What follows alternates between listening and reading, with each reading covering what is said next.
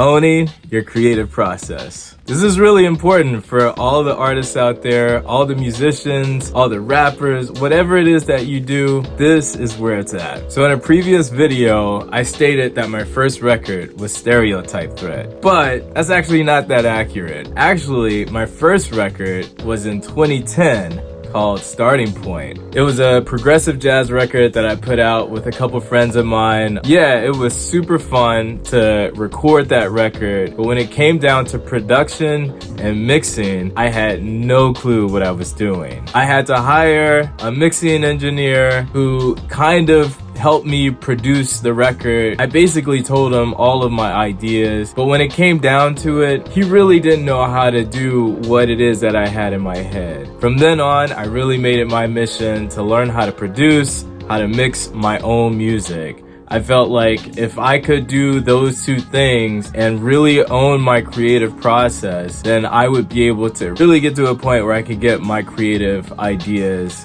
out. And so yeah, I just started from like learning from other people. That morphed into me starting a group called Pax Humana with my boy Brian Lindgren, shout out to him. We did a ton of music together, and in that process, he taught me some of the basics of mixing, some of the basics of production, and through that process, I really learned everything I needed to know in order to get to where I am today. Now, one of the things I had to do, of course, was first get a program in order to learn how to produce. For me, I started with Logic and then quickly moved to Ableton, but there are plenty of DAWs out there, digital workstations. The second thing I needed to do was get an interface. I started off with a Mackie, moved to a Motu, and then eventually found my favorite of all time, Universal Audio, and I've been using that ever since. I got a mic, I got everything I needed in order to be able to start making music on my own. You know, I've had to move on from working with people that I've really wanted to work with because they didn't have the gear in order to record on their own. If you're an artist, if you're a visual artist, and you don't have the tools that you need to create, get them now so you don't miss out on opportunities. I get asked all the time, oh, can you send me a quick recording of this or that? Can we work on this song or that song together? And if I didn't have the tools in order to be able to record at home on my own, I would be missing out on so many opportunities.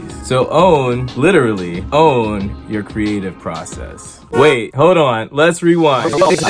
Because I have to drive home one last key point. I actually went from being a full-time musician to having to work retail, working at Uniqlo. A lot of my homies know that's what I did in order to purchase a lot of the gear that I got in order to own my creative process. It's not magic. Obviously, if you're in a good place and you have money already, that's cool, but I didn't, so I had to work for it. I just wanted to drive that home. It's a very important key point. No excuses. We're just gonna make it happen because we're passionate about what we're passionate about. That's what's up. If you enjoyed this video, comment down below. Let's make this a conversation. And as always, peace.